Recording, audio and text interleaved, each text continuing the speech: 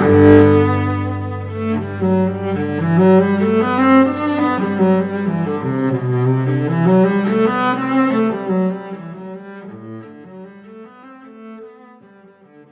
remercie Madame la Présidente, donc Maya, je remercie Antoine de Secrétaire perpétuel, je salue les présidents d'honneur, je vais Alain Dinet-Théo et Jean-Pierre Dedé, je vous salue tous, je suis très heureux, toujours très heureux de venir revoir, malheureusement pas très souvent, parce que effectivement j'habite un peu loin et c'est un petit peu la France profonde ici, voilà. Je suis très content d'être là aujourd'hui, j'ai parlé la langue française, mais je crois que Maya aurait pu faire les conférences en ma classe. Voilà, donc je vais essayer, vous pourrez compléter inutilement.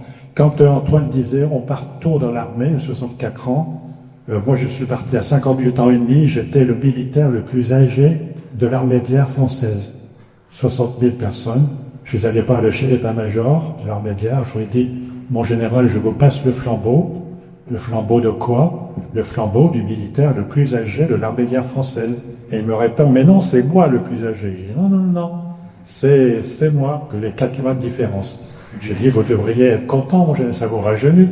Ah, il m'a dit, oui, c'est très bien, alors, je me sens plus jeune, voilà.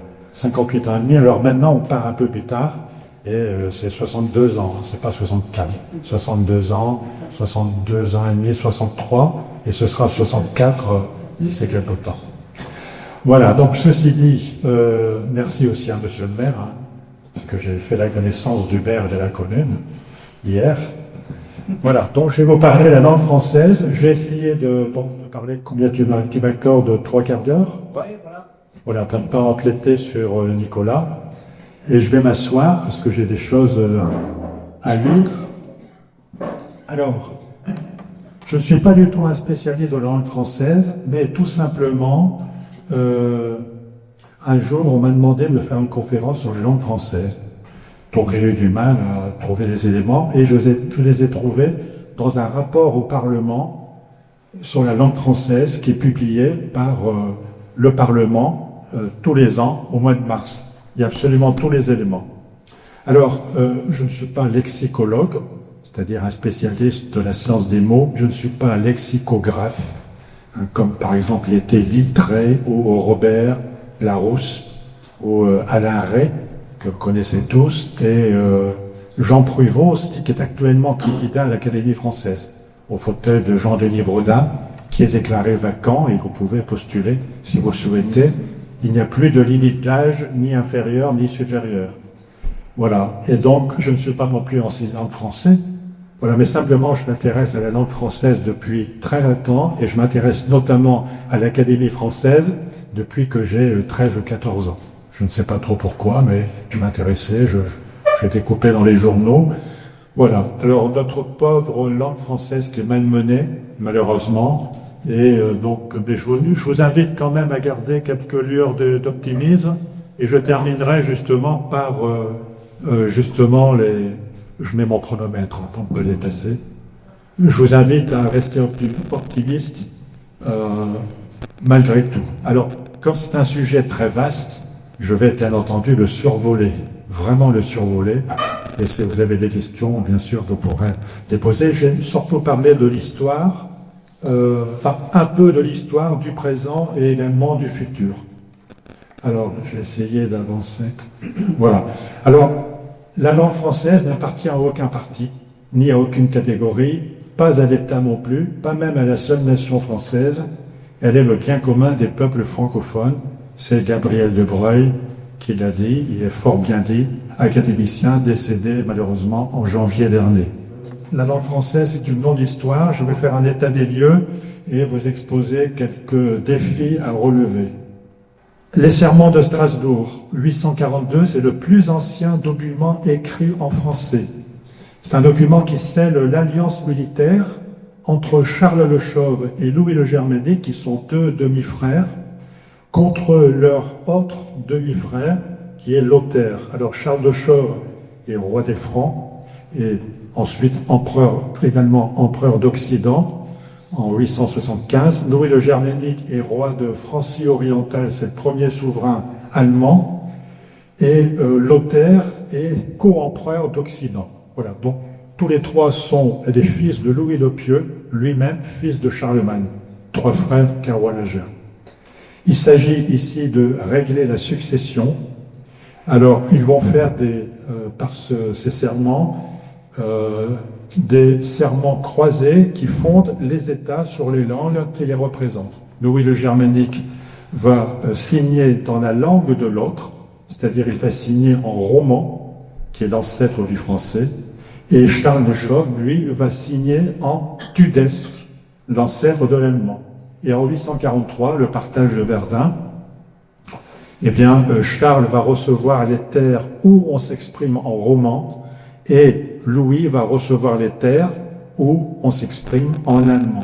Donc, ce partage de Verdun entérine bien la création d'un État sur un critère linguistique.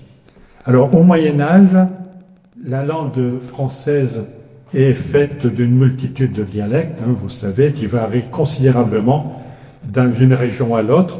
La France, à ce moment-là, est, comme tous les autres pays d'Europe d'ailleurs, un pays bilingue. La grande masse de la population parle la langue d'Oïl ou la langue d'Oc. On y est.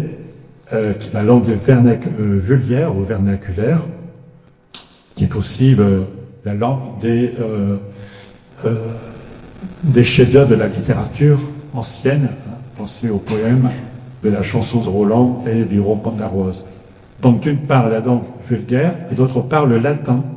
Le latin qui est la langue de l'Église, des clercs, des savants, qui permet la communication des peuples entre les peuples aux dialectes plus ou moins individualisés. Et cette coexistence des langues va se prolonger au-delà du Moyen-Âge jusqu'au XVIIe siècle, même un peu au-delà, dans le monde de l'université et dans le monde de l'exigence. XVIe siècle, début de l'aventure moderne du français, quelques mots sur l'ordonnance de Villers-Cotterêts, sur la Pléiade et la création de l'Académie française, chère à Alain Di Meglio, qui est là-bas et s'intéresse, je crois, beaucoup à l'Académie française, qui m'avait invité à faire une conférence sur le sujet. Alors, l'ordonnance de Villers-Cotterêts, août 1539, c'est le plus ancien texte encore en vigueur en France. C'est l'ordonnance en général sur le fait de justice. Alors, il y a beaucoup d'articles, et notamment les articles 110 et 111, qui décrètent le français comme la langue de la justice et de l'administration. Donc c'est le texte fondateur qui donne une assise juridique à l'essor de la langue française. Donc c'est un acte d'émancipation culturelle par lequel le roi impose non pas sa langue, mais la langue parlée par les Français avec ses différences régionales qui se substituent au latin. Le latin qui est alors le symbole de l'assujettissement du passé à l'Empire et à Rome. Alors, Antoine a rappelé que j'avais été magistrat pendant 9 ans, et petite anecdote, j'étais le seul ancien militaire en France à être magistrat. Ce qui me faisait un peu, les magistrats professionnels me regardaient d'un œil un peu bizarre. Quand j'étais magistrat, je refusais tous les documents présentés par les avocats, certains avocats, qui présentaient dans les dossiers, dans les conclusions, des documents en anglais. Et là, je refusais, et dans mes jugements, je mettais l'ordonnance de Villers-Cotterêts, et dans le français de l'époque, prévoir que la langue de la justice était le français, en vertu de l'ordonnance de Villers-Cotterêts. Voilà, et très rapidement, je n'ai plus vu les documents en anglais, même si je pouvais traduire, et pour le principe. Donc, cette ordonnance de Villers-Cotterêts, François Ier, définit un espace public d'usage du français par opposition au latin, mais pas par opposition aux langues régionales, dont la vitalité s'imposera d'ailleurs encore à l'heure de la Révolution française. Et c'est cette même exigence qui va conduire à la création de l'Académie française. Avant, je vais vous dire quelques mots de la Pléiade. La Pléiade, ce groupe de 7 poètes du XVIe siècle qui ont créé ce mouvement littéraire, qui qui rejettent l'héritage littéraire du Moyen-Âge et qui cherchent à mettre en avant la langue française. Voilà, et c'est ces 7 poètes, donc, dont le chef, si je puis dire, est Ronsard. Il y a aussi Du Bellay, très connu, il y a Jodel, Bello, pour les érudits, voilà, puis quelques autres, 7. Et ils participent ainsi à l'unification de la France. Ils affirment la prééminence du français en matière de poésie. Voilà. Donc, la défense et illustration de la langue française, rédigée par Du Bellay en 1549, sert de manifeste à ce groupe de ces 7 poètes. L'Académie française.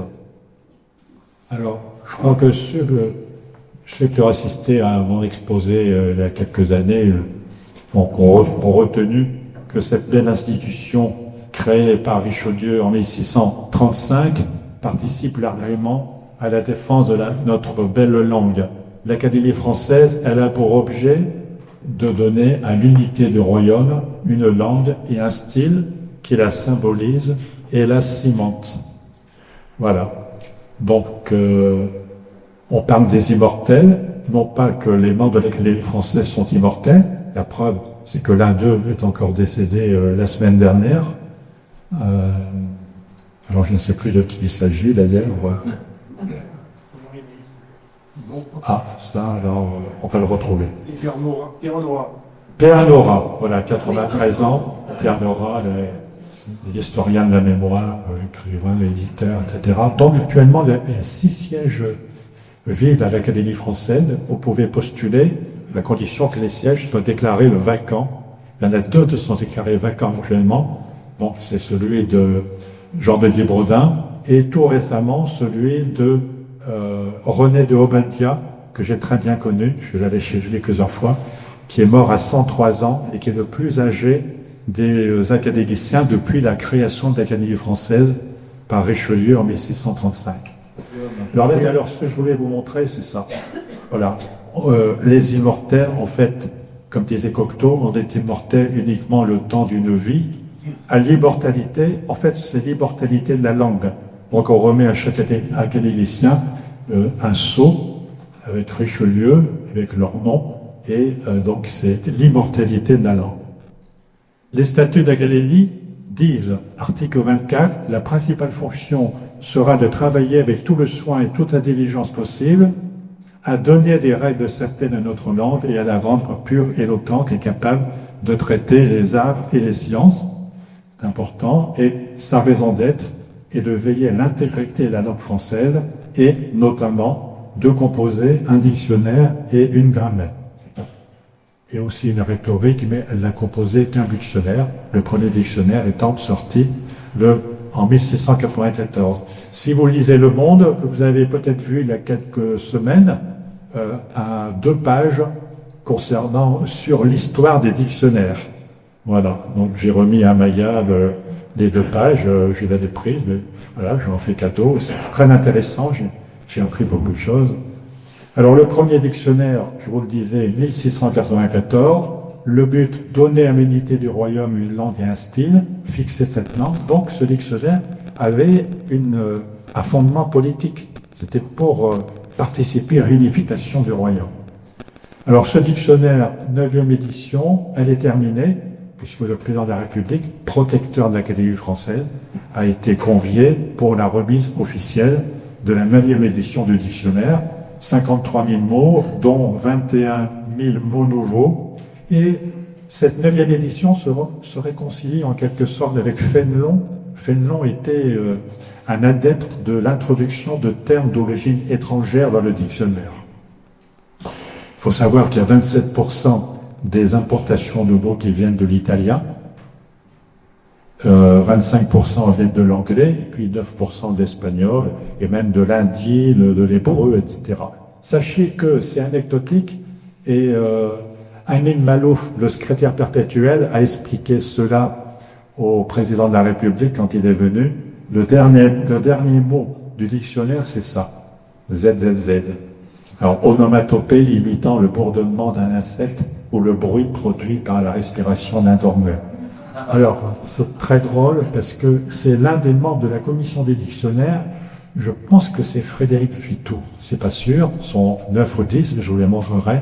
C'est lui qui a trouvé ça dans un texte de Claudel, donc il a trouvé ça bien, terminé.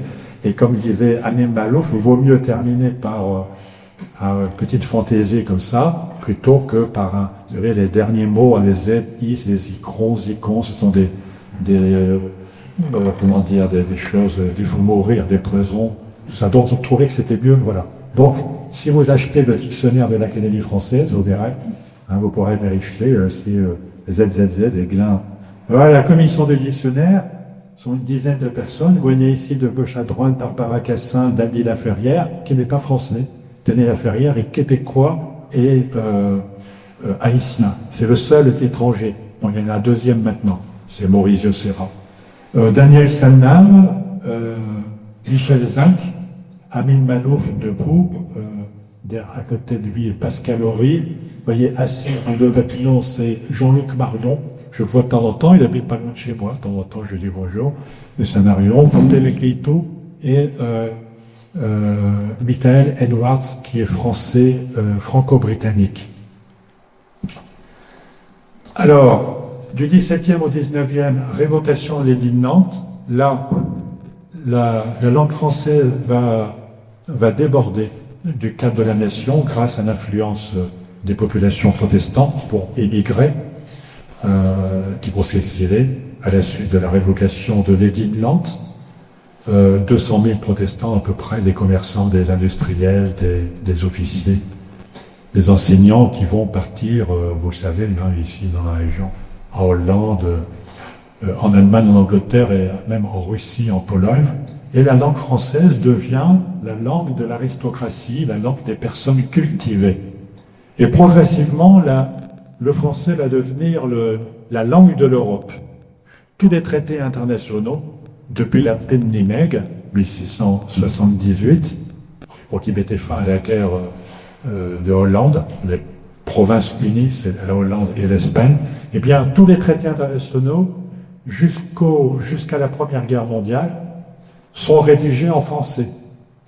Au Congrès de Vienne, par exemple, les conclusions, le traité de Paris, eh bien, est rédigé en français et tous les échanges, toutes les discussions sont exclusivement en français. Alors, ce qui est intéressant, j'ai découvert que le traité 1905, qui met fin à la guerre russo-japonaise, signé aux États-Unis, est rédigé en français, en raison de la grande précision du terme. J'en reparlerai. Bon, tous les pays d'Europe ont adopté le français comme langue diplomatique pendant plus de 2 siècles. Et il en reste encore quelque chose parce que, par exemple, le Vatican a gardé le français pour ses relations diplomatiques internationales, officielles. Et le Vatican est qualifié de pays francophone au sein de l'ONU. Alors, le XXe siècle, la langue transnationale que fut le français au XVIIe et XVIIIe siècle a, comme le latin, dû reculer sous les coups d'une autre langue, non pas l'anglais, mais l'anglo-américain simplifié. Mais heureusement, il y a la francophonie. Je regarde Maya parce que je crois que Maya sait tout sur la francophonie. Et bon, donc elle va pas prendre grand-chose. Ce mot, francophonie, c'est un mot inventé par Onésime Reclus en 1880, un géographe.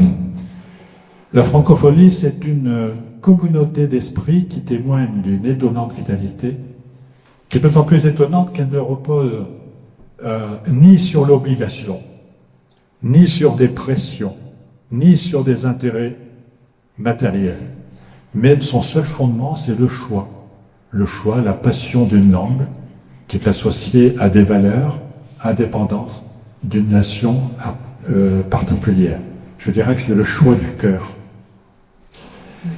Et on constate ainsi une persistance de l'envie du français à travers le monde, dans des pays d'ailleurs aux coutumes et aux cultures et aux aspirations très différentes, parfois très opposées.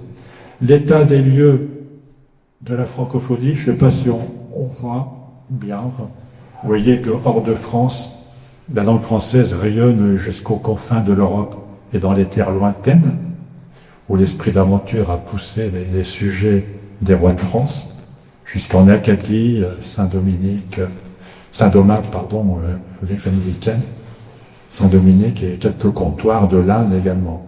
J'avais fait récemment un exposé comme ça devant un cercle de réflexion franco-indien et j'avais donné les différentes les comptoirs français de l'Inde dans lesquels on parlait français ou on parle encore français d'ailleurs. Alors l'état des lieux de la francophonie actuellement, c'est 32 pays qui ont le français comme langue officielle, 343 millions de locuteurs, c'est-à-dire des gens qui parlent régulièrement le français. Alors, on évalue, les démographes évaluent à 700 ou 750 millions le nombre de locuteurs d'ici 2050, surtout en Afrique.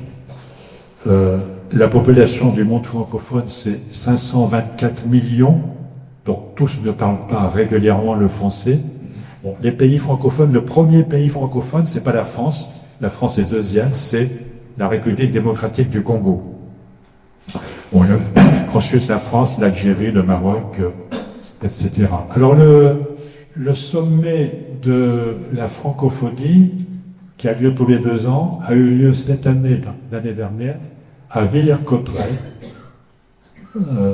56 États et gouvernements membres. Alors, États, au sens large, hein, c'est pas, pardon, le Québec faisait partie des États et gouvernements membres.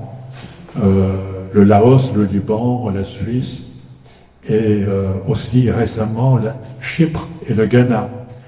5 membres associés. Non, je reviens en arrière parce que je vais trop vite. 5 membres associés. Vous voyez, dont la Nouvelle-Calédonie. Vous voyez, on le met comme... et 32 observateurs. Voilà, l'Argentine, l'Ukraine, l'Ontario, la Hongrie, la Nouvelle-Écosse, le Canada. Et tout récemment, l'Angola, la Sarre, l'Allemagne. Vous voyez, pas forcément des... Voilà. Alors, ce sommet de la francophonie, je vous le disais, a eu lieu tous les 2 ans. Le premier a eu lieu à Versailles en 1986. L'année prochaine, il aura lieu au Cambodge. Pas l'année prochaine, oui, en 2026, au Cambodge. Il y a un sommet tous les 2 ans. La secrétaire générale qui dirige l'Organisation internationale de la francophonie, c'est Madame Louise Mushikiwamo, qui est rwandaise, dont le mandat a été renouvelé récemment pour 4 ans. C'est Maurice Tourion qui a été à l'initiative de l'appellation de ce sommet, qui s'appelle maintenant la conférence des pays ayant le français en partage. Alors le sommet... Alors Villers-Cotterêts, lui, je vous invite, si vous n'y êtes pas encore allé, aller faire un petit tour. Villers-Cotterêts, c'est une petite ville de l'Aisne, 75 km de Paris, j'y suis allé, c'est 10 000 habitants, et c'est le château rénové de Villers-Cotterêts, où a été signé l'ordonnance de Villers-Cotterêts, qui a été complètement rénové à la demande du président de la République. Les conclusions, c'est, dans le domaine de l'enseignement, on considère que l'enseignement est le socle principal de la transmission et de l'expansion de la langue française. Les jeunes, il faut toujours penser aux jeunes, c'est l'avenir de la francophonie. Il faut offrir aux jeunes des opportunités d'insertion professionnelle en langue française. L'environnement numérique, il faut vivre avec son temps. L'urgence d'agir dans ce domaine. Nécessité de favoriser l'accessibilité à la diversité linguistique et à la découverte des contenus culturels francophones, et puis également l'entraînement en français de l'intelligence artificielle générative. Et puis bâtir un ordre numérique protégeant les citoyens. Alors, l'appel de Villers-Cotterêts, c'est pas l'appel du 18 juin, mais c'est l'appel de Villers-Cotterêts, ça s'appelle comme ça, invite les grands acteurs du numérique à, je cite, à bâtir un espace plus sûr et plus divers et à lutter contre les discours de haine. Parce que cet appel, les conclusions du sommet, évoquent également les valeurs de la démocratie, l'attachement à la paix, etc. Alors j'ai trouvé dans un livre de Gabriel de Broglie cette phrase: des vieux boucaniers cajuns, les boucaniers sont des aventuriers et chasseurs de sangliers, des vieux boucaniers cajuns de Pombreau, une petite ville en Louisiane, près de Lafayette, de Pombreau, bien que scolarisés en français, parlent depuis toujours français en famille, sans même savoir que la France existe. Voilà, c'est le français pour qu'ils vivent que j'avais fait l'acquisition il y a 30 ou 40 ans. Et je m'intéressais déjà à la chose. Deux innovations. Alors, je citais la cité de Villers-Cotterêts, et puis je vais vous dire quelques mots du dictionnaire des francophones. Voilà, donc ce chapeau, je vous en ai parlé. Je vous invite, si vous montez dans les brumes du Nord, il n'y a pas toujours des brumes, hein. Je suis du Nord, hein, de Cambrai, il n'y a pas toujours des brumes, hein. Parfois il fait très bon. Puis voilà, donc vous pouvez aller faire un petit tour dans cette cité internationale. Il faut prévoir au moins une demi-journée, c'est tout à fait passionnant. Alors, le dictionnaire des francophones, dictionnaire collaboratif numérique ouvert, qui permet de rendre compte de la richesse du français parlé dans l'espace francophone et qui illustre les bons usages de la francophonie. Les bons usages. Par exemple, je prends deux exemples. Accéder au tambour. Vous connaissez? Eh bien, accéder au tambour, ça veut dire, pour Burundi, ça veut dire monter sur le trône. Et alors, j'ai vécu en Lorraine quelque temps, ma carrière, j'ai fait 12 déménagements, j'ai tourné beaucoup. Eh bien, en Lorraine, une fois j'ai entendu un paysan dire « je m'en vais arranger les bêtes ». Je m'en vais arranger les bêtes, eh bien, ça veut dire s'occuper du bétail. Voilà, donc ça figure, ces deux exemples, dans le dictionnaire des francophones. Alors au début, il y avait 600 000 termes, maintenant il y en a, là j'ai mis 2,5 millions, mais c'est presque 3 millions maintenant. Et les ressources, c'est par exemple, les ressources de ce dictionnaire, c'est par exemple l'inventaire des particularités lexicales du français en Afrique noire. Voilà. Et vous pouvez tous contribuer. Voilà, vous pouvez ajouter des mots et des définitions. Par exemple, des termes de Saint-Roman en Collière. Voilà, s'il y a des termes particuliers, des expressions typiques, vous pouvez, monsieur le maire, et vous tous, donc, demander l'insertion de ces formules dans ce dictionnaire. Alors, l'Académie française, elle s'ouvre au monde francophone. Elle n'a pas attendu de s'ouvrir au monde francophone en élisant en 83 Léopold Sédar Senghor, qui est l'incarnation de la francophonie, François Scheng, qui a appris le français à l'âge de 42 ans. 42 ans. Et qui est l'un des vétérans de l'Académie française, il se porte bien, après ce que je peux savoir, hein. Élu en 2002. Vous connaissez peut-être Assia Djebar, franco-algérienne, qui est décédée maintenant, élue en 2005. Amin Malouf, franco-libanais. Et puis Dany Laferrière, je vous disais, qui n'est même pas français et qui écrit très bien en français. Pour l'Académie française, elle n'a pas attendu pour mettre à l'honneur les écrivains qui parlent bien le français, qui mettent le français en valeur dans leurs écrits. Les défis à relever. Alors, on peut se demander, mais pourquoi donc défendre la langue française? Moi, j'ai quelques neveux qui me disent quelquefois, mais ça sert à quoi? Ça sert à quoi? En venant en train hier, il y a quelqu'un qui demandait à un employé de la SNCF, est-ce qu'il y a encore des places dans le train? Vous savez ce qu'il a répondu, l'employé? Il a dit, non, c'est faux, là. Bon, ça fait un petit peu bizarre. Bon, alors pourquoi défendre la langue française? Eh bien, après tout, pour défendre le patrimoine national, patrimoine immatériel, c'est un ciment commun, gage de l'unité nationale. C'est l'héritage d'une mémoire qui noue les générations. C'est l'expression de notre identité. C'est le reflet de civilisation. C'est une conception des droits de l'homme. ça permet de promouvoir l'économie. Xavier Darcos, chancelier de l'Institut, que j'ai l'honneur de rencontrer tous les ans, il discute un petit peu, comme j'ai dit à Antoine, qui disait oui, mais quand on parle français dans le monde, ça permet d'avoir des marchés, hein, ce que font très bien les Anglais d'ailleurs, et les Allemands surtout. Pompidou disait la langue est une arme économique et culturelle.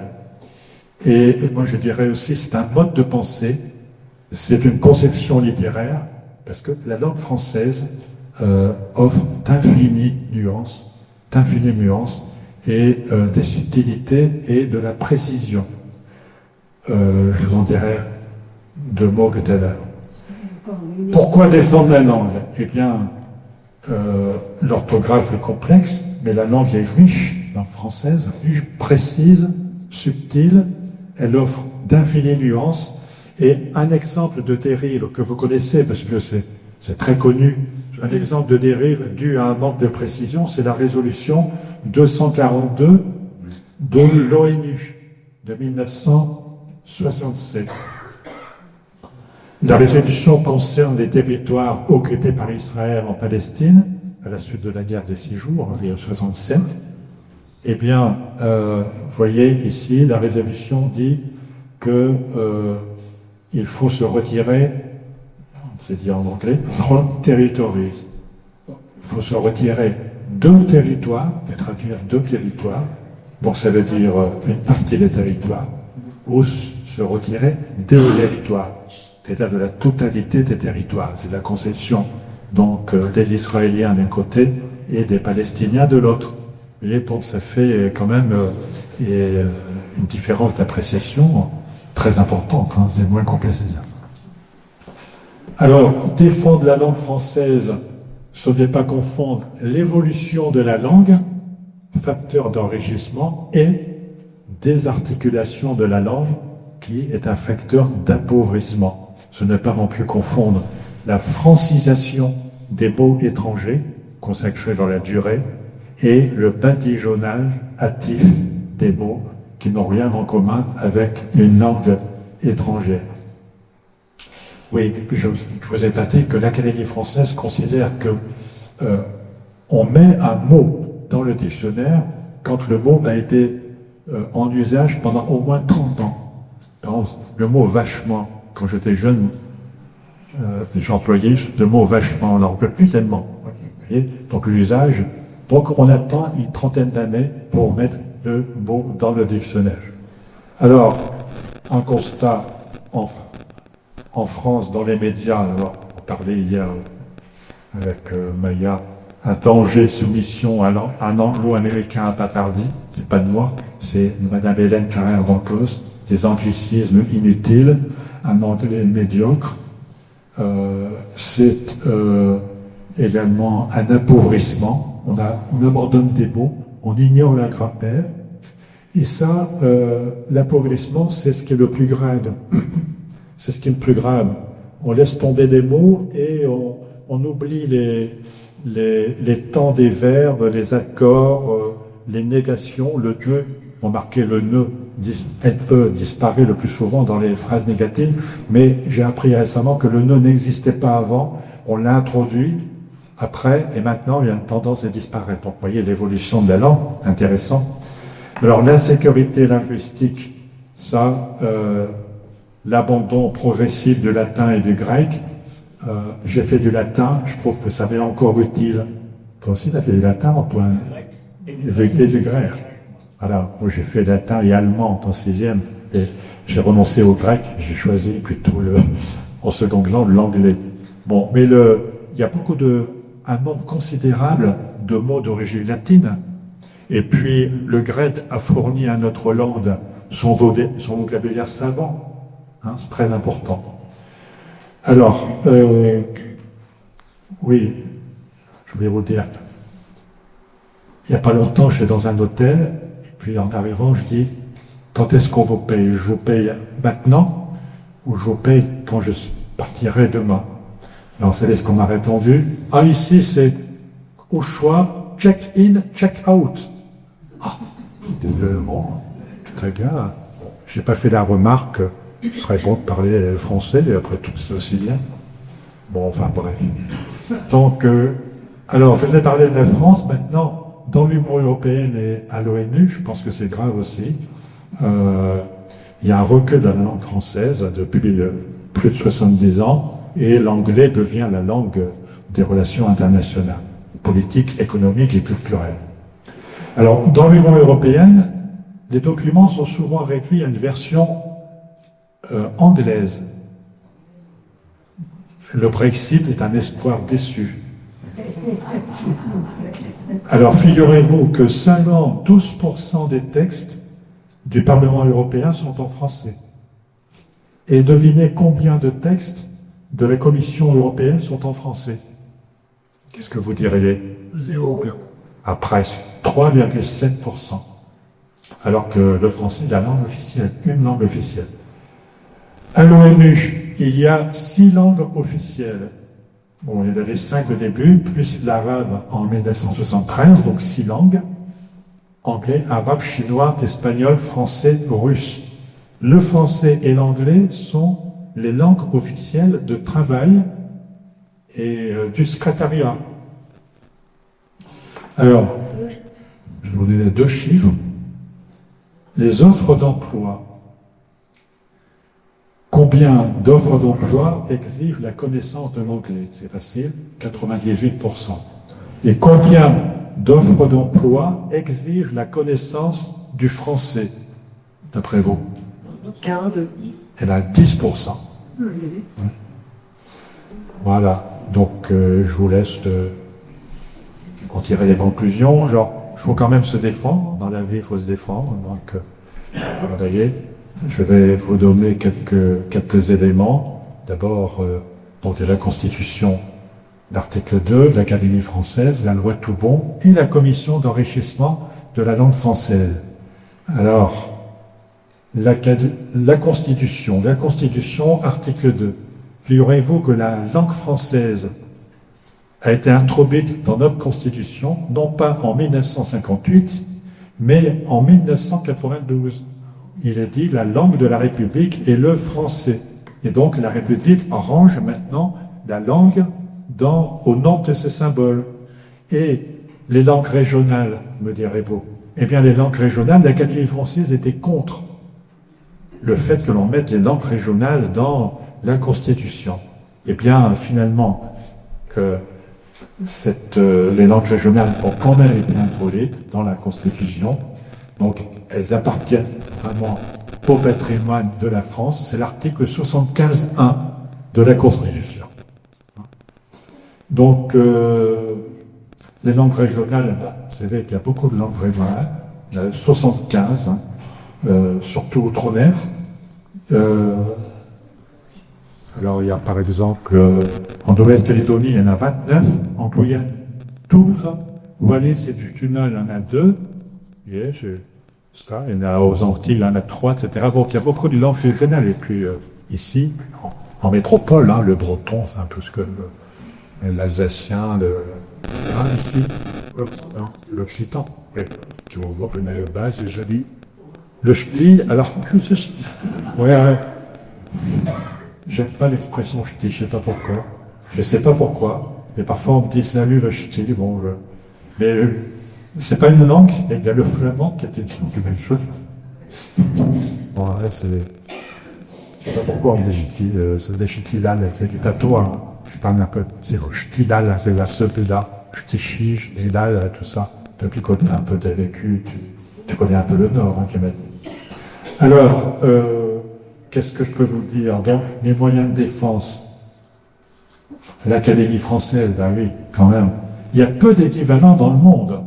Alors, on est samedi, avant-hier, le président brésilien, qui est en visite officielle actuellement en France, mais dans l'ULA, a été reçu à l'Académie française. C'est très rare. C'est le 20e chef d'État reçu depuis 1635. Et parce qu'il existe au Brésil une académie à peu près similaire à la nôtre. C'est l'Académie brésilienne des lettres, qui a 40 membres, comme l'Académie française, dont la devise est aussi à l'immortalité. et qui élabore un dictionnaire, et qui se réunit tous les 2-3 ans, donc en séance commune, tantôt au Brésil, tantôt en France, donc dans une séance commune. Et il y a quelques académiciens français qui sont membres de l'Académie brésilienne des lettres. Le dernier en date, c'est Jean-Christophe Rochepin, il y a aussi Jean Dormessian, il y avait aussi, je crois, Roger Calois, avec quelques-uns écrivains, pas très nombreux, Maurice Dorion. Et puis également une académie à peu près semblable en Suède, ils sont moins nombreux, ils sont 18, et puis également en Espagne, l'Académie royale. Cette académie française, donc je vous le disais, consacre l'usage, le bon usage, c'est 30 ans, je vous l'ai dit. Des mots nouveaux, bah oui, voilà, par exemple logiciel, déconfinement est un mot qui n'existe pas, hein, qu'on a remis au goût du jour pendant le Covid, ou la Covid. Moi je dis la Covid parce que le D c'est disease, maladie c'est du féminin, donc je dis Covid, comme l'Académie française qui dit que Covid c'est du féminin. Ça c'est une anecdote. Présentiel, comorbidité, et c'est par exemple des mots nouveaux, il y en a beaucoup d'autres. Saint-Gore avait inventé des mots essencerie, donc début d'essence, station d'essence, gréver, faire grève, bon c'est la patrie. Gouvernance est un terme qui a été remis au goût, qui est un terme ancien, hein, qui date du XVIe, XVIIe siècle, et c'est le premier ministre Raffarin, souvenez-vous, qui parlait de gouvernance. C'est lui qui a remis au goût du jour ce mot. Primature aussi. Bon, c'est un terme qui avait disparu, mais maintenant on en parle un petit peu. Autre moyen de défense, la loi Toubon.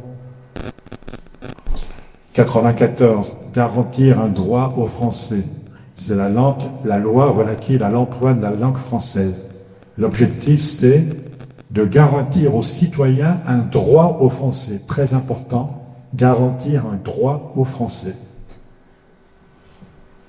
2 articles, parmi d'autres, de la loi Toubon, qui malheureusement, vous le voyez à la fin, n'est pas très bien respecté.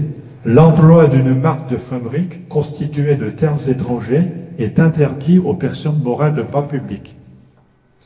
Article 15. L'octroi de subventions est subordonné au respect de ces dispositions. Alors, c'est pas très bien respecté.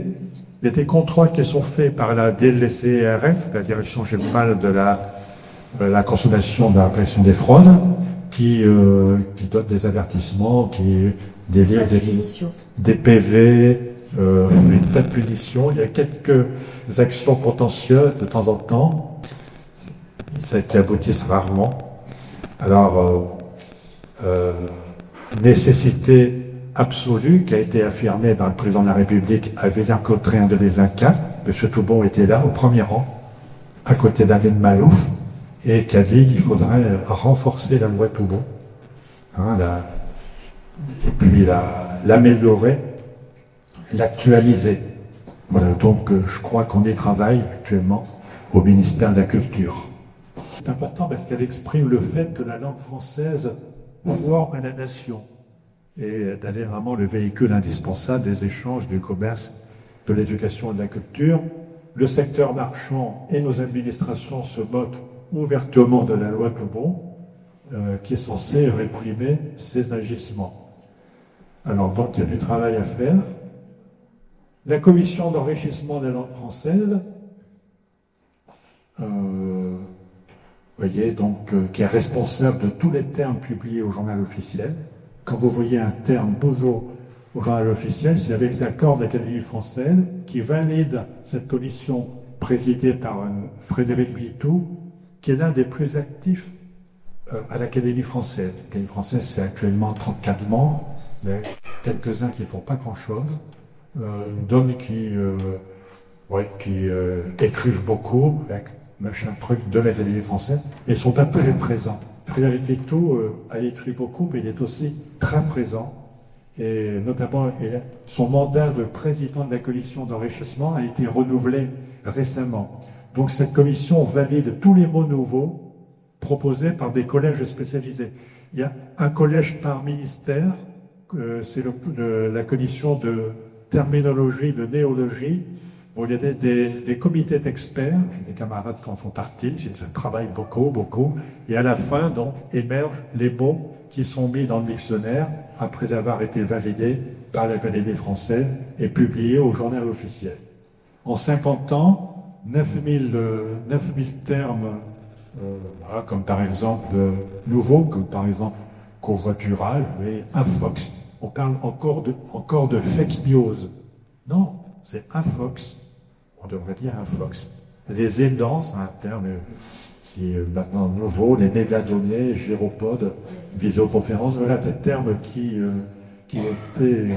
Alors cette commission publie, j'ai vu dans le journal officiel récemment, une liste de mots relatifs au sport. Et par exemple, coach. Non, il faut dire entraîneur. Opener.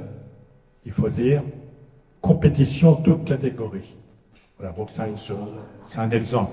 Plein de mots comme ça qui ne sont pas très bien respectés par nous tous.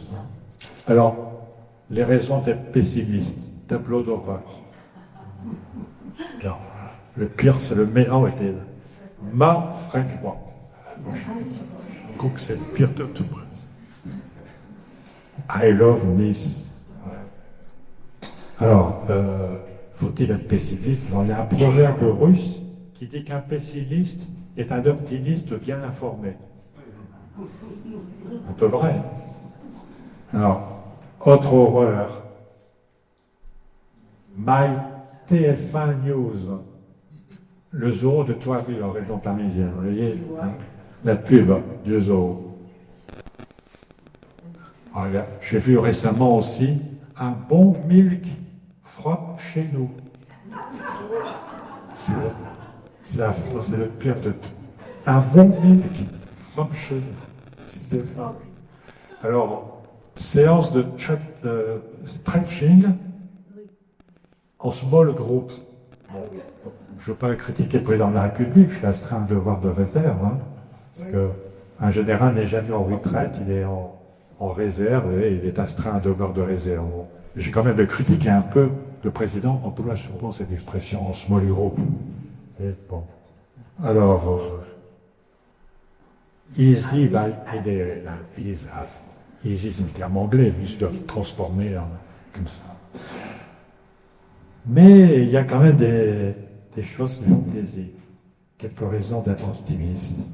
Alors, des raisons d'être optimiste, eh bien, regardez, un magasin Ikea à Caen.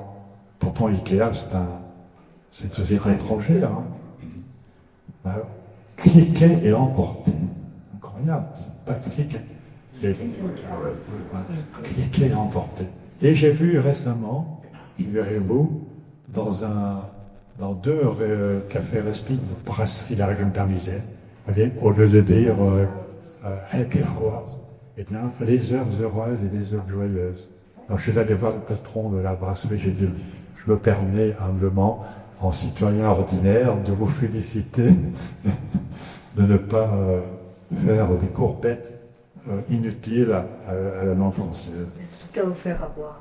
Il m'a offert, l'un des deux m'a offert un coup à boire. Un jus d'orange. J'ai pas mis un armagnac, d'ailleurs on ne me l'a pas proposé, mais sinon j'aurais scumé, mais j'aurais pas bu, mais j'ai eu un droit à un jus d'orange. Alors des raisons d'être optimiste. Article 49 du traité de l'Union européenne. Ça c'est intéressant.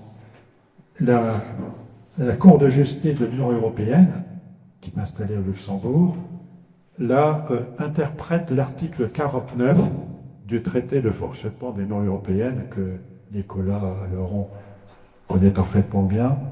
Donc, cet article qui précise les conditions d'adhésion de l'UE, qui renvoie à l'article 2, qui demande de respecter des valeurs.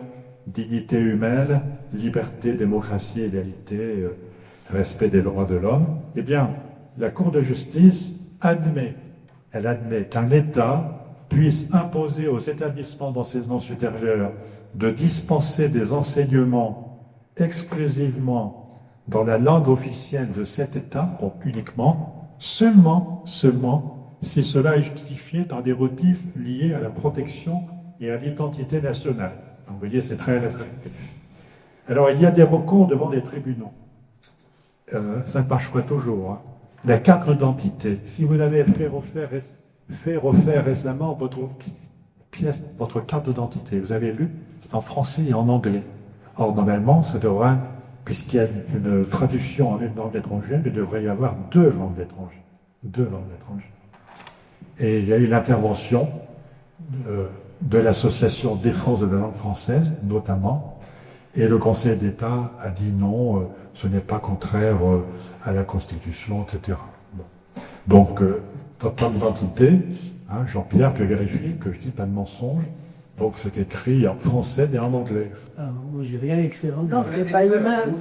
Ouais, c'est pas une même. Ah, c'est une ancienne. Oui, mais elle reste valable pendant 15 ans, mais peut-être qu'un jour, si tu l'as refait. Et là, donc, normalement, il devrait y avoir deux langues étrangères. Alors, un exemple où ça a marché, c'est le tribunal administratif de Grenoble. J'avais vu ça, c'est très intéressant. Alors, il y a des universitaires dans cette salle, et je crois ne pas me tromper en disant que les statuts d'une université créent du droit, de la norme, et qui s'impose aux professeurs et aux étudiants. Alors ici, le tribunal annule une délibération, c'est en 2020, du conseil d'administration de l'université de Grenoble-Alpes qui approuvait les nouveaux statuts rédigés en écriture inclusive. Je n'avais pas encore prononcé l'expression, je n'avais pas osé la prononce.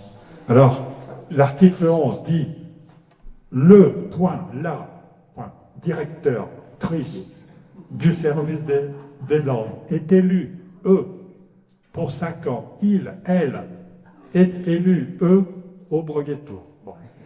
Donc, le tribunal administratif, sur quoi s'appuie-t-il? Sur le droit. Les faits, le droit.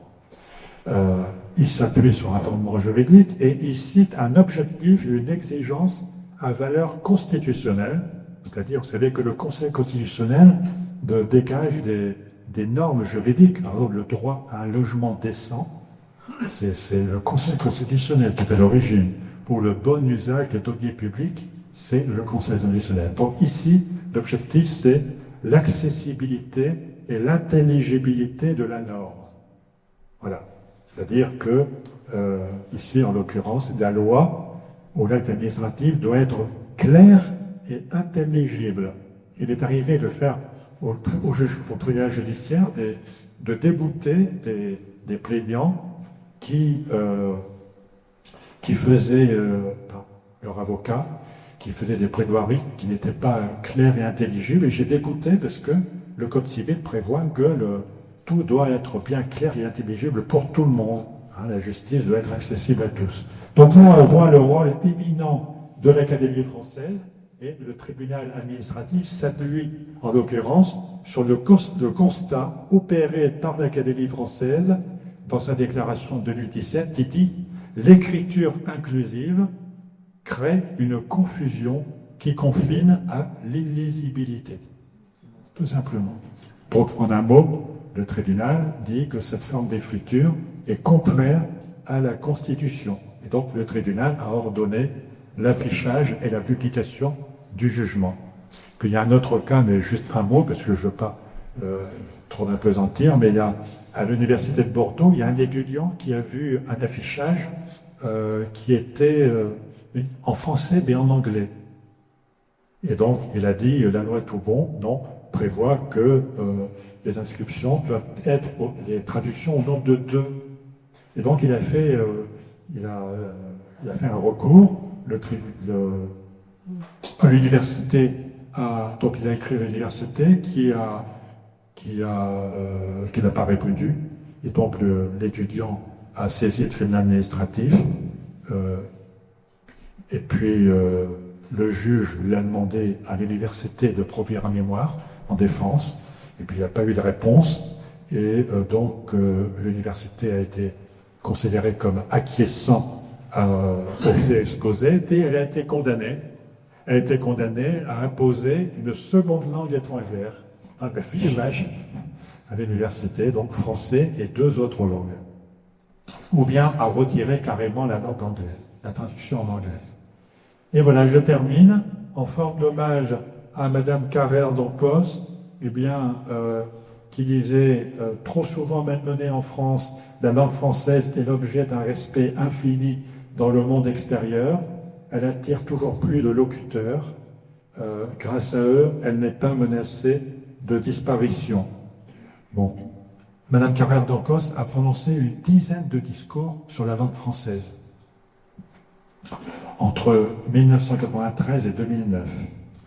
Et comme vous connaissez le linguiste Bernard Cerchiglini, qui on voit souvent dans les médias, alors j'ai trouvé sa phrase intéressante.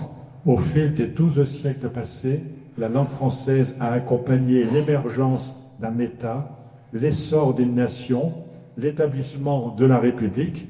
Elle en fut le ciment, l'idiome et l'emblème. Il est indispensable qu'elle continue de le faire.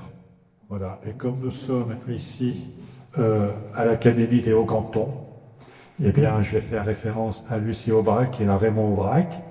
Lucie Aubrac qui disait, elle me l'a dit de temps en temps, et elle disait à tous les étudiants qu'elle rencontrait, résister se conjugue au présent. C'est pas seulement dans la guerre, c'est résister se conjugue au présent. Et Raymond Aubrac disait souvent aux jeunes, qui est souvent accompagné, soyez optimistes. Il me disait même, mon général, vous êtes optimiste? La langue française, c'est l'affaire de tous. Je dirais ni laxisme, ni purisme. Et ne désespère pas du français. Merci beaucoup.